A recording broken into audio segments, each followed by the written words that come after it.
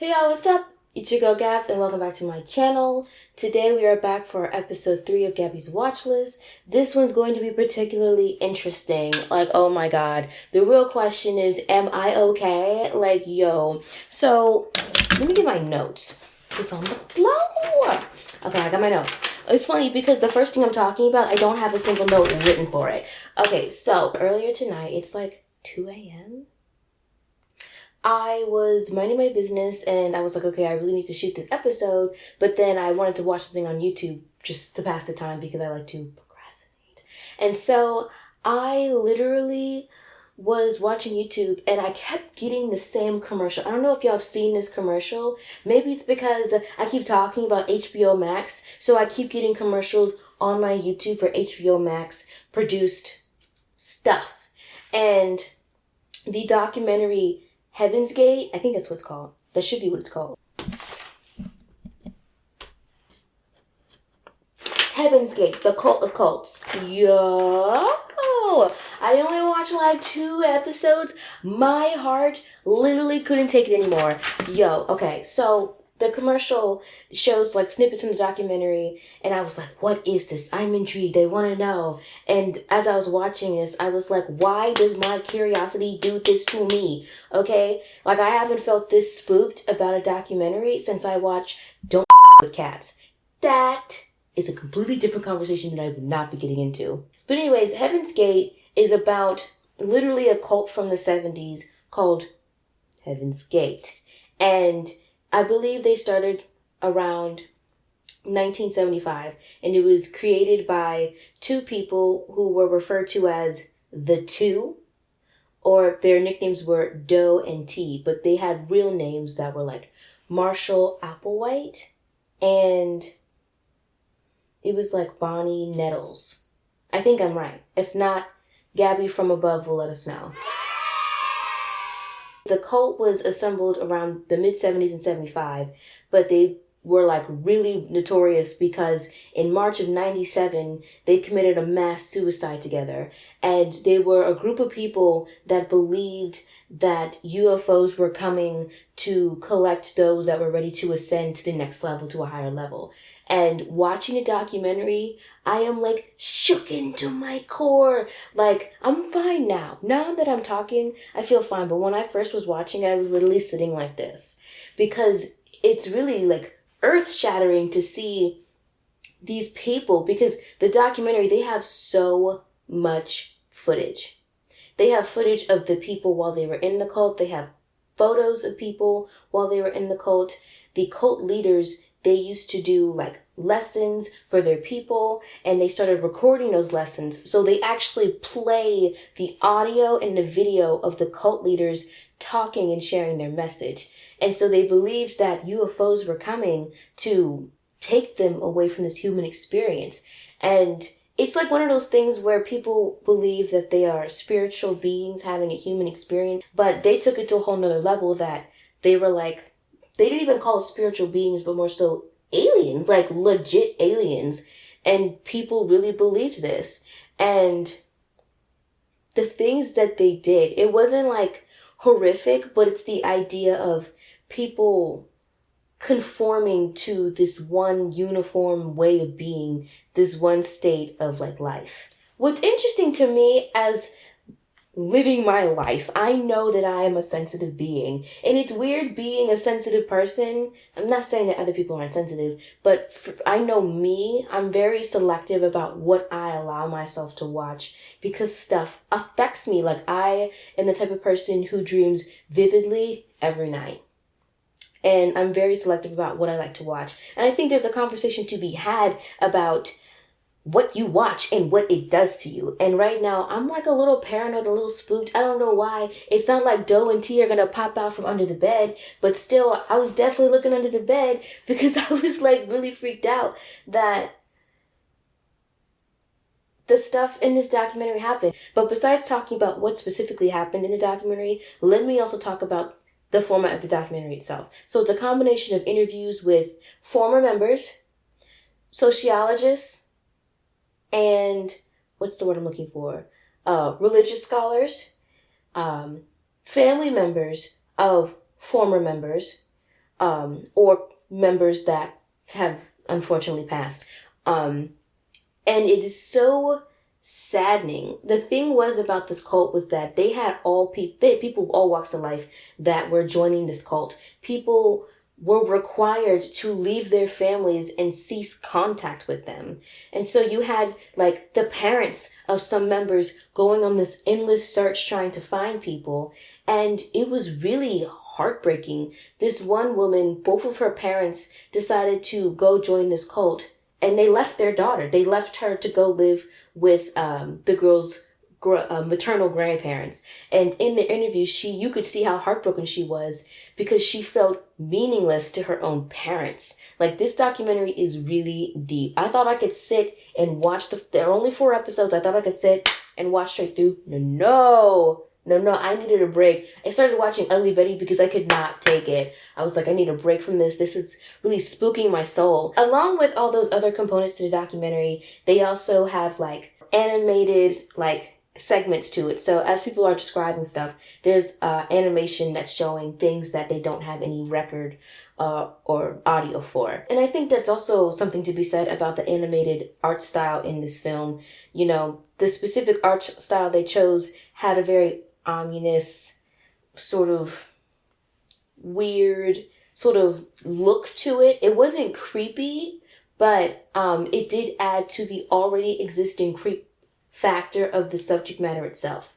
I want to talk about the way the documentary was made because the way you make a documentary really shapes the story itself. It's a really good documentary. I don't believe the intention is to shake me to my core, but more so to really drive the point home that these are things that people genuinely believed and they followed it dutifully. Now, when the movement first started, they had like hundreds of people that would just gather together and they would kind of wait out in the desert because they were like, the UFOs, they're coming any minute now. They're coming. But back to my point about the way the documentary is structured, they don't at any point disrespect the people that decided to do this. They're really adamant to be respectful about the fact that these were things that people genuinely believed and they lived it very fully.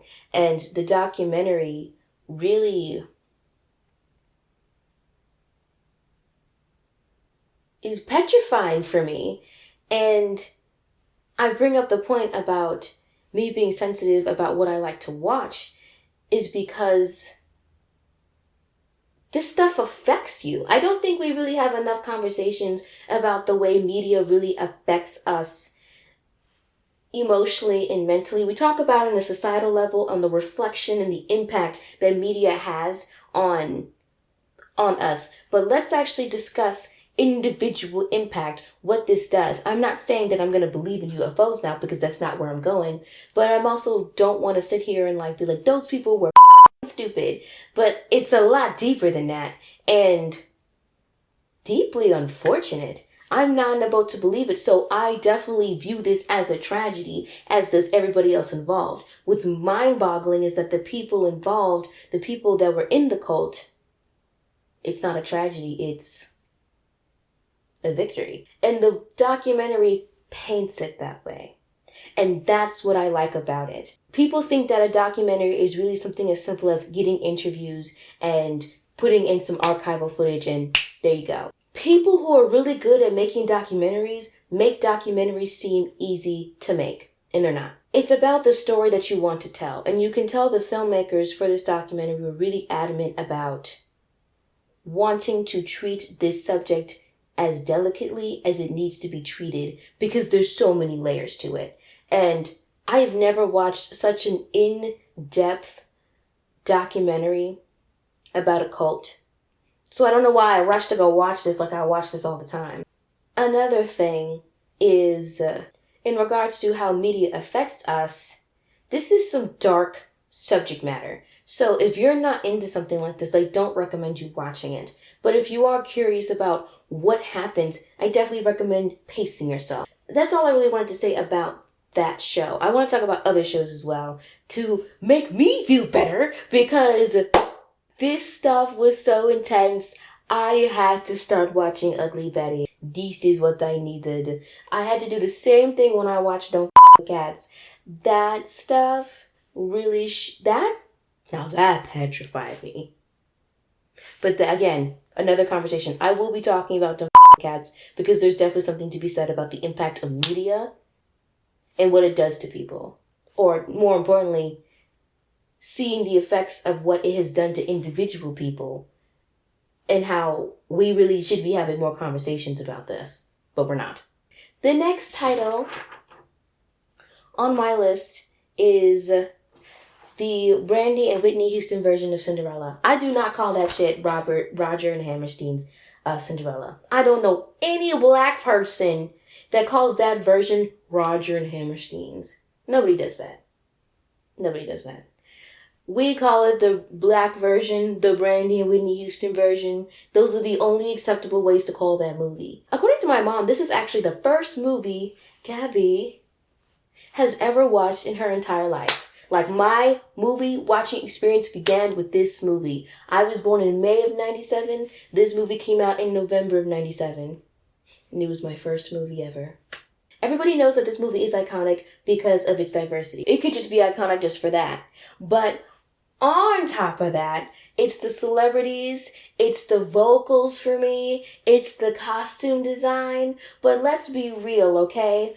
Everybody, I think, can agree that the movie is only really the section when Whitney and Brandy sing Impossible and everything else is a formality. I will stay and watch the whole movie. Now, granted, Impossible is my favorite scene, but also my true favorite scene, after rewatching it again with my mom, my favorite scene is the ballroom scene when they sing 10 minutes ago, and then when Cinderella and the prince sing, "Do I want you because you're beautiful?" Or is it, "Do I love you because you're beautiful?"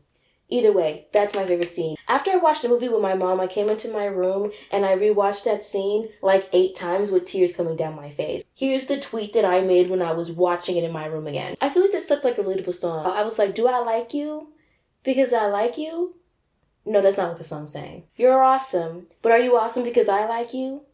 Or do I like you because you're awesome? I feel like that's like always a question ringing in my head. I love this movie. Also, R.I.P. Whitney and Natalie. It is such a tragedy that they're both gone. Natalie is a comedic icon. Period. You want to talk about an actor that understood there are no small roles, just small actors? You go look at Natalie's repertoire. Go watch Natalie. Go watch Natalie. Go watch Natalie. Shawty was a whole star. Also, on top of that, at the end of the movie, when Cinderella and the prince are getting married, Whitney is singing like a reprise of Impossible. And she's like literally like this floating angel in a white dress. And it is so surreal to see Whitney literally floating into heaven singing. The way things age, you just never know how art is going to sort of change how it affects you as life goes on. It's so interesting. It's beautiful. Go watch the movie. Next on my list, Bojack Horseman. Okay, so I've actually already seen all of Bojack Horseman, and I'm actually rewatching the show.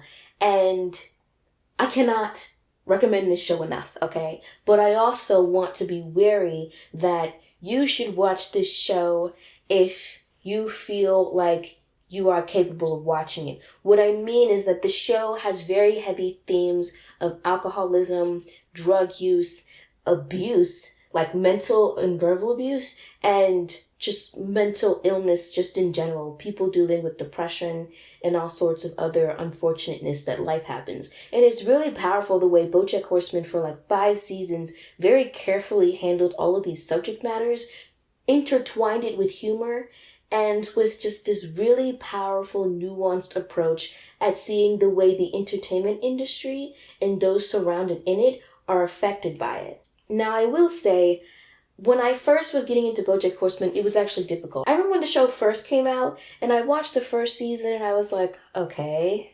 And I remember getting a little bit into the second season, but I wasn't emotionally invested into it.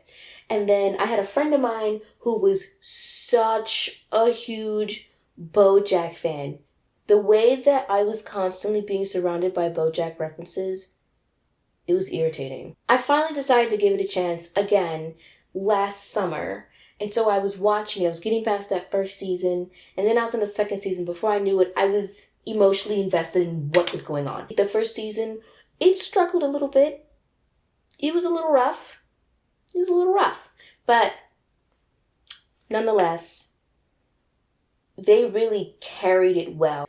The roughness in the first season was able to pick up in the later seasons, and knowing the things that I know just makes watching the characters really eerie, but also I even understand why the characters are behaving the way that they do in that first season. And I think that is a very strong and powerful sign of excellent writing.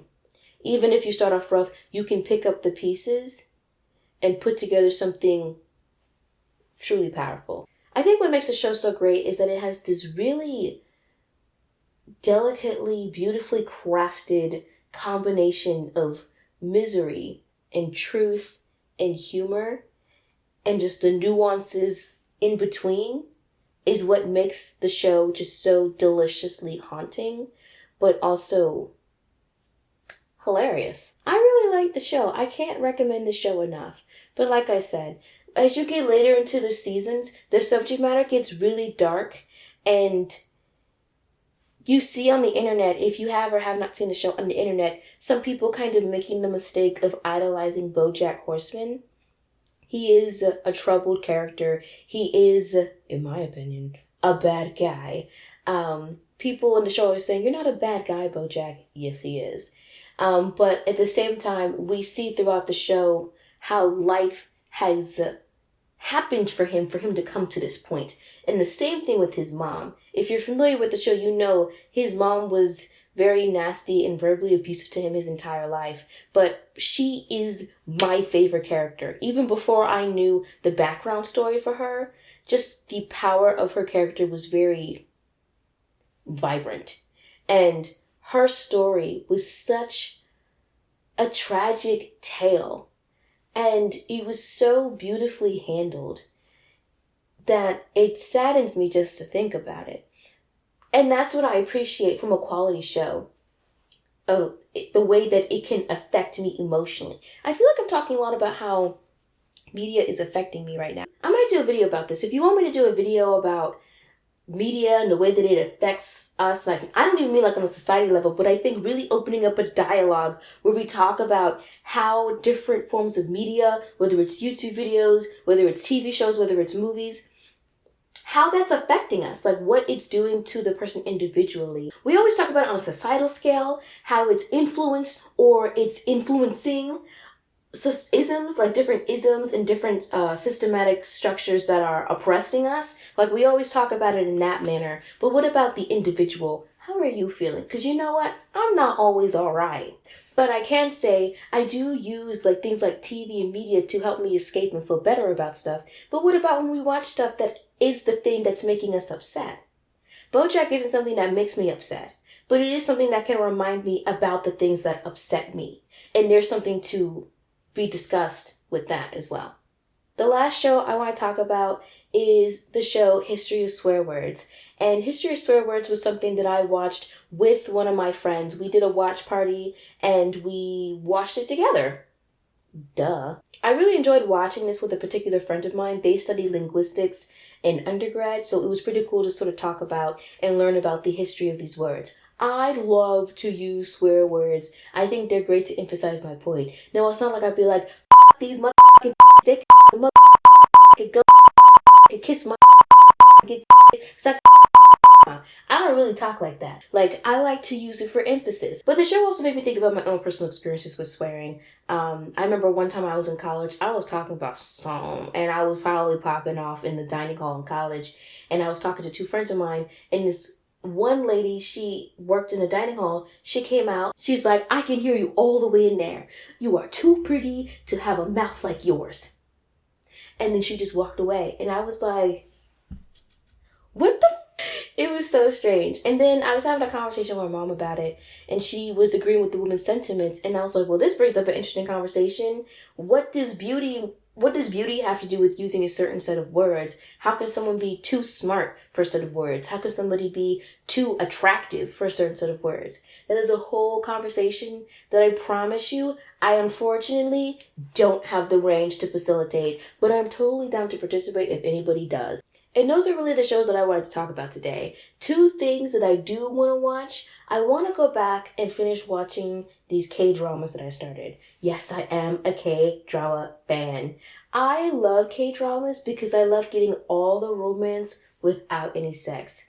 It truly fills my little demisexual heart with so much joy to just see the romance without the sex. Now, mind you, K-dramas ain't no walk in the park. They are filled with toxicity, codependency issues, a lot of problematic stuff going on, a lot of never gonna happen situations, and that's why I'm here, okay? I just want to say that while cliches are bad, there is a market for them. I'm gonna say that again. While cliches are bad, there is a market for them. Why do you think Lifetime and Hallmark stay in business? We get the same Christmas movie, white chick, blonde hair with the little waves, coffee cups, sweaters with the tan knee-high boots. Come on now with the skinny blue jeans. We all know it's the same person. And then the guy, of course, is a love interest. Either he's like a doctor or he's a single dad who is struggling. He hasn't dated anybody in 3 years since his wife died of cancer. I mean, like, come on. It's the same story. And there are plenty of people who show up every time. Why? Because there's a certain sort of comfort in that predictability. And I don't think there's anything wrong with those types of movies. I think art cinema can stop being just a little snobby for a second and recognize the fact that people watch movies to make them feel good. Again, back to my original point. How is media making the individual person feel? I think as creators, it's very easy to get caught up in my vision, my thoughts, my story, and kind of lose track of the fact that other people are gonna watch this. And they're going to be affected in it in some sort of way. And for me, the K-dramas give me the bit of romantic fantasy I am dying to gobble up. And I love it. I love it. I love it. I need to go back and finish this one K-drama I started watching. I actually stopped because it was a little too steamy for me. I literally stopped because the next episode was going to be a very sensual scene. It's literally the most sensual scene I have ever seen in a K-drama thus far. The name of the K-drama is What's Wrong with Secretary Kim. It's actually really funny. So if you're into K-dramas and you've seen it, well, if you're into K-dramas, you've probably already seen it. But if you don't watch K-dramas, it's cute. It's really cute. It's basically about this guy who is like a CEO of a company. And he's upset because his assistant of 9 years wants to quit her job because she wants to go on and figure out what she wants to do with her life. The only reason why she stayed was to help pay off family debts and help put her sisters through school. But she's like, I'm grown. I want to have a family. I want to do this and that. So, the love story happens. Anyways, that's what I'm watching. And one of my favorite K-dramas that I watched that's a Netflix original called Love Alarm. I have waited literally almost a whole year for this season 2, and it's finally coming out. It's finally coming out. I've waited so long for this season 2. I'm going to go watch my K-dramas after this, okay? So yeah, that's really the end of Gabbie's watch list. It's like what I watch, but also like how I'm feeling. Because, I think we should be doing some sort of like mental check-ins. We are constantly being thrown like media to watch. And it's such an influx of content and movies and videos and all this stuff. And it's like, at one point, it's like, are we ever going to just spontaneously combust from consuming so much stuff? Not only the amount of consumption, but what is it that we're consuming and what is it doing to our brains? What's going on? How is it affecting us mentally, emotionally, the whole shebang? But more than likely, I will talk about that in another video. And that's the end of my video. Thank you guys so much for checking out my channel. If you enjoyed today's video, be sure to give this video a like. And if you didn't like it, you can thumb it down too. And be sure to subscribe if you enjoy my weekly watch list episodes. And if you have any suggestions, let me know in the comment section below what you think I should check out. And I will definitely give my opinion and review on it. Also, in the comments below, let me know, how is media affecting you? I want to know. I want to know, how are other people feeling? Not just about the amount, but how is it affecting you psychologically? Is it making you smarter? Is it dulling you? Is it exhausting you? I want to know. Let me know in the comment section below, and I will definitely be responding, and let's have a whole dialogue about this. With that being said, I'll check you guys in the next video. Peace out.